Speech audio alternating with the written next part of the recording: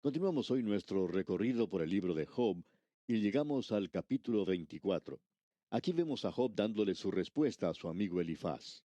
Job ya había expresado en el capítulo 23 su deseo de encontrar a Dios debido a la invitación que Elifaz le había dado cuando él le dijo respecto a Dios: vuelve ahora en amistad con él y tendrás paz. Ahora Job lo conocía como su redentor, pero él no comprendía lo que le estaba ocurriendo y necesitaba el consuelo y la ayuda, así como la luz del cielo. Y eso no lo había estado recibiendo de parte de estos amigos suyos. Pensamos que Elifaz también hizo algo que era bastante malo. Él aceptó los chismes que estaban circulando por allí y como naturalmente el corazón del hombre es malo, concibe toda clase de cosas cuando en realidad no saben ni conocen las bases para eso. Ellos sabían que Job estaba sufriendo y que aparentemente Dios lo estaba castigando y que él tenía algún pecado secreto. Eso es lo que la gente pensaba. Ahora Elifaz trata de llegar al problema de Job y quiere averiguar cuál es ese pecado secreto que piensa está en la vida de este hombre. Y encontramos ahora que Job regresa a lo mismo del principio antes de terminar su respuesta a Elifaz. Y lo que provoca en él esto es en realidad que se vuelve más defensivo. En realidad, esto también provoca que él se haga otras preguntas. Esta pregunta que él se hace ahora es: ¿por qué es Dios tan exigente conmigo? Y aparentemente él está aceptando las acciones de otros que verdaderamente son pecadores, algo que es conocido por todos. Así es que Job comienza a tratar con ese problema aquí en el capítulo 24. En los versículos 1 y la primera parte del versículo 2 dice: puesto que no son ocultos los tiempos al Todopoderoso, ¿por qué los que le conocen no ven sus días? Traspasan los linderos, o sea, son bastante deshonestos. Ellos quitan los linderos, las marcas que hay para separar los terrenos de uno y de otro. Ahora, en la segunda parte del versículo 2 y en el versículo 3, Job nos dice: roban los ganados y los apacientan, se llevan el asno de los huérfanos y toman en prenda el buey de la viuda. Ellos son muy deshonestos en los tratos que tienen con las otras personas y se aprovechan de ellos y de su necesidad. Y en el versículo 4 dice: hacen apartar del camino a los menesterosos y todos los pobres de la tierra se esconden. Luego en el versículo 6 continúa diciendo: en el campo ciegan su pasto y los impíos vendimian la viña ajena. Él dice: la siembra del trigo del malvado le da tan buen resultado a él como lo que puede cosechar el justo. Y Job se pregunta entonces: ¿por qué ocurre todo esto? Él dice: ellos han cometido asesinatos, robos, han cometido adulterio, y aún se le permite a este grupo tan malvado llegar a la tumba como a los demás. Eso es lo que está diciendo en este capítulo. Son como la nieve que se derrite en la sequía por el calor y desaparece como los demás. Y eso no es todo, dice Job. Ellos no solamente son inmunes a la justicia en esta vida, en realidad ellos son favorecidos, porque uno puede apreciar la condición en que se encuentran. El pobre Job está enfermo, y en su condición mira al malvado y puede apreciar que él está progresando sin inconvenientes. Y él dice: yo no puedo comprender eso. Ese es el pensamiento que encontramos en este capítulo 24.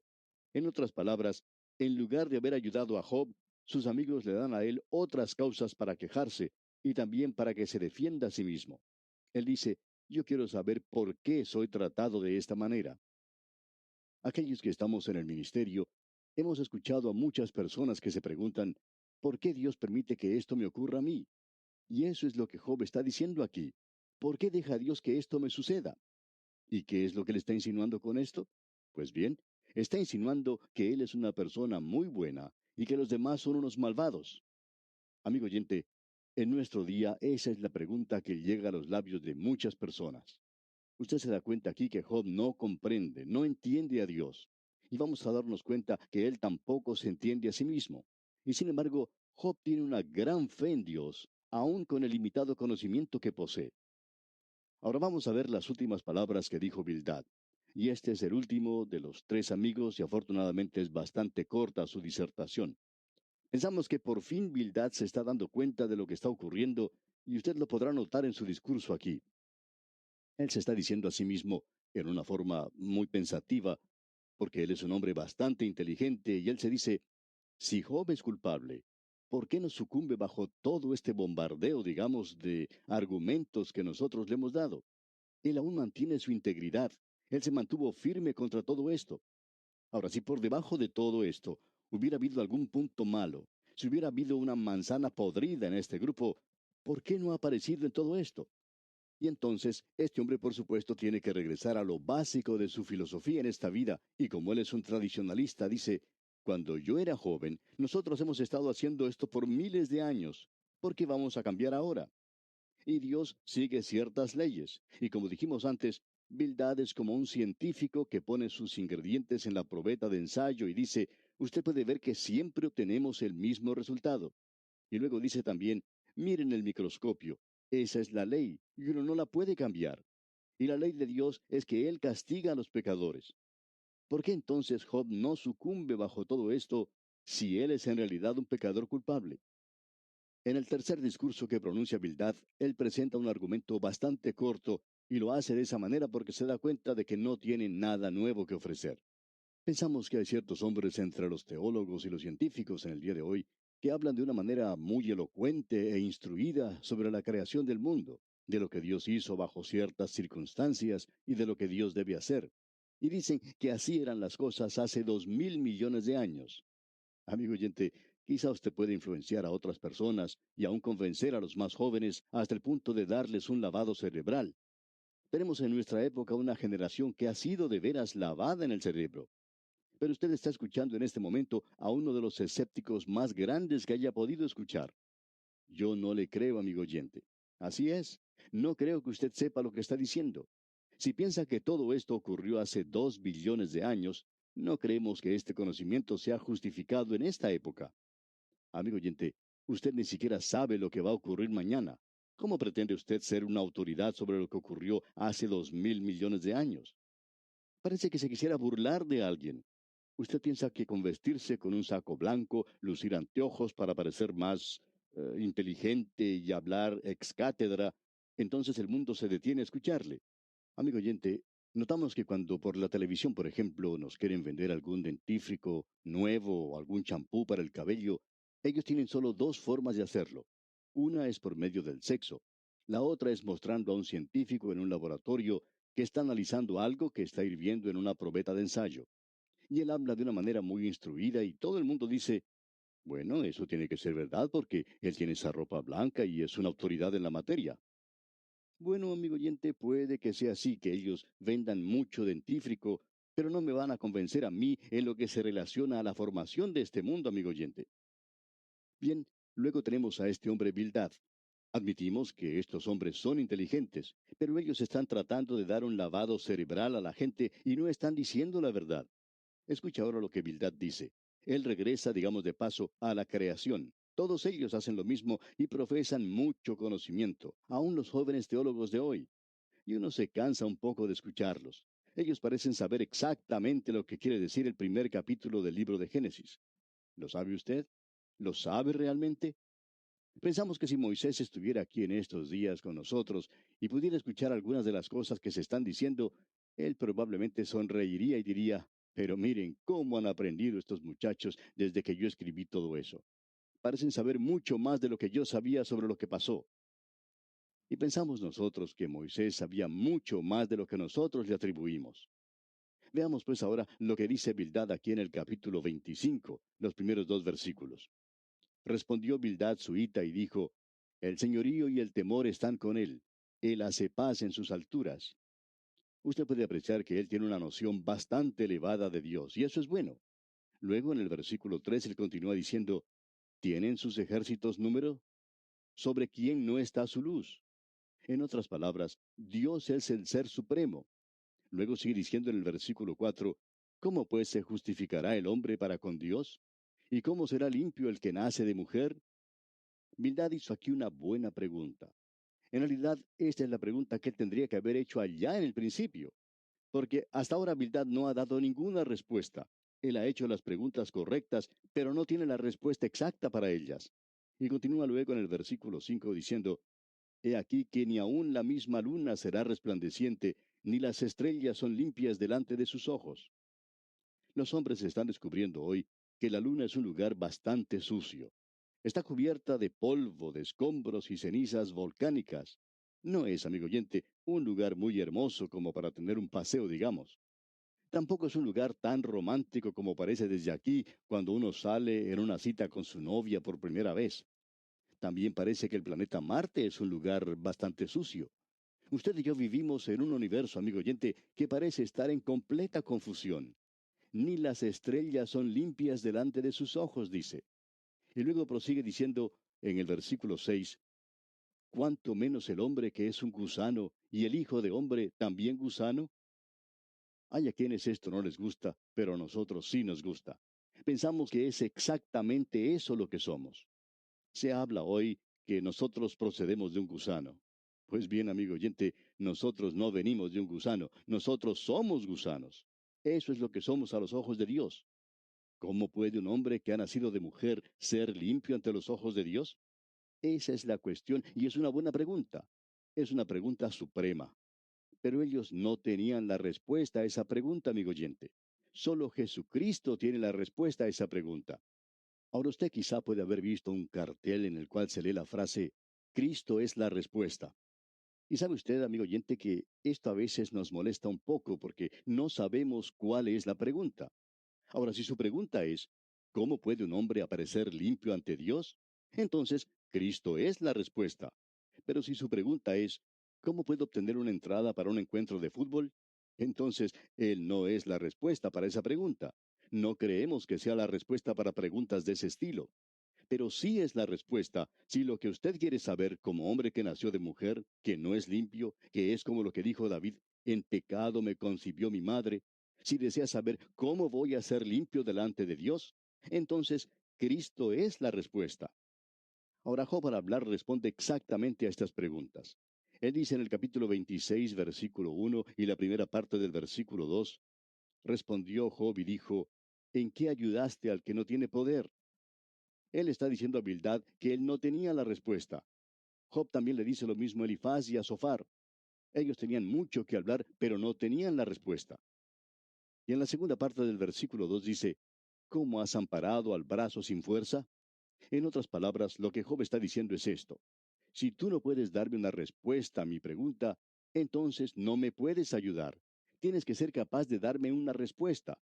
Pero ellos no pueden contestar a su pregunta, y aun cuando lo que ellos han dicho es algo bueno, no tiene un significado directo y tampoco le comunican nada nuevo a Job. Lo que él está diciendo aquí nuevamente es, ¿a quién has anunciado palabras? Tú has estado hablando mucho, pero no me has dicho nada. Y en la segunda parte del versículo 4 dice, ¿y de quién es el espíritu que de ti procede? Escuchemos lo que Job dice en el versículo 3. ¿En qué aconsejaste al que no tiene ciencia y qué plenitud de inteligencia has dado a conocer? Por fin tú hiciste la pregunta correcta, pero nunca me has dado la respuesta correcta. Y ahora Job se lanza en esta dirección y cuando hace eso, él muestra su alma desnuda.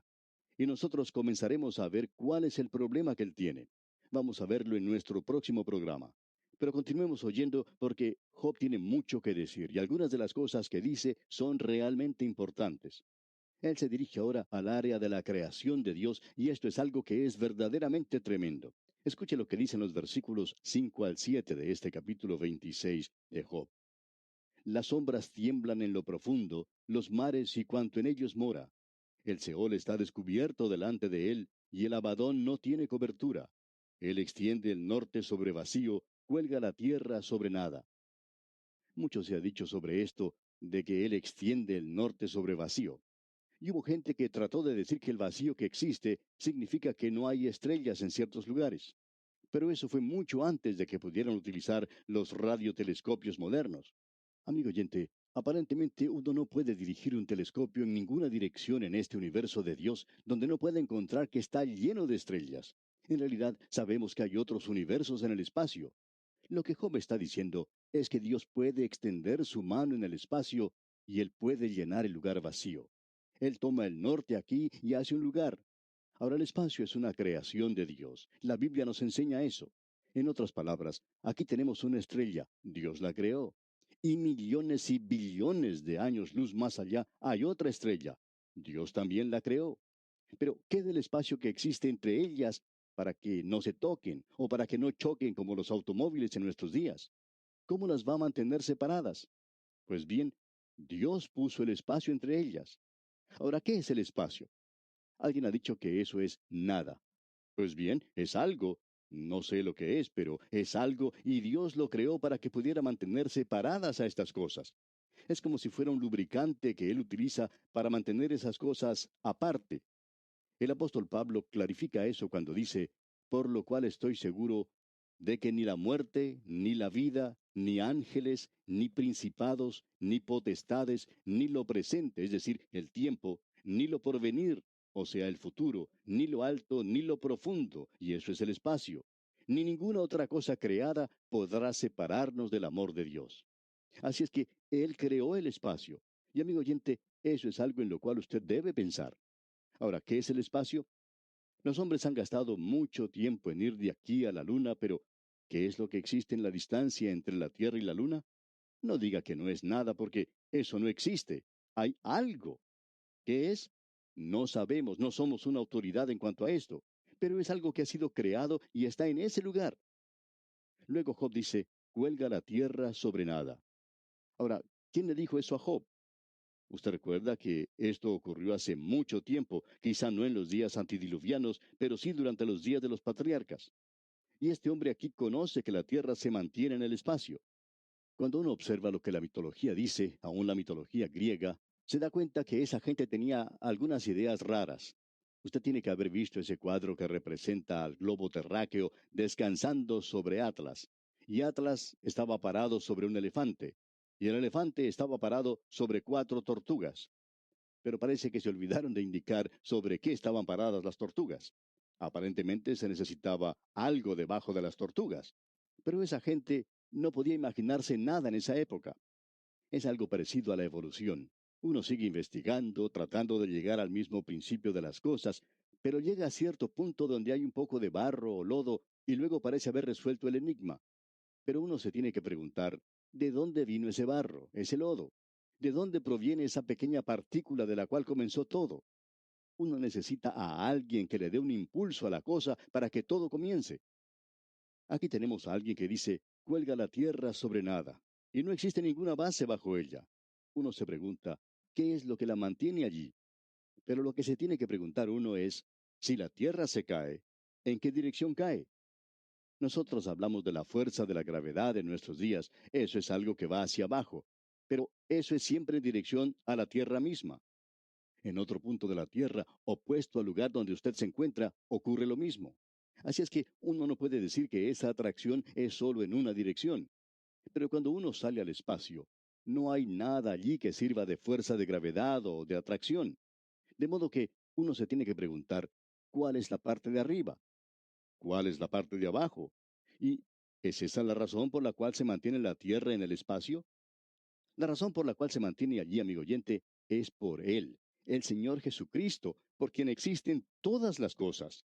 Amigo oyente, nos estamos dirigiendo hacia algo que es realmente grande aquí, ¿no le parece? Ya hemos mencionado que en este camino que nos falta por recorrer en el libro de Job, tendremos una marcha maravillosa. Pero vamos a detenernos aquí por hoy porque nuestro tiempo ha concluido ya. Continuaremos, Dios mediante, en nuestro próximo programa y como siempre contamos con su muy valiosa sintonía.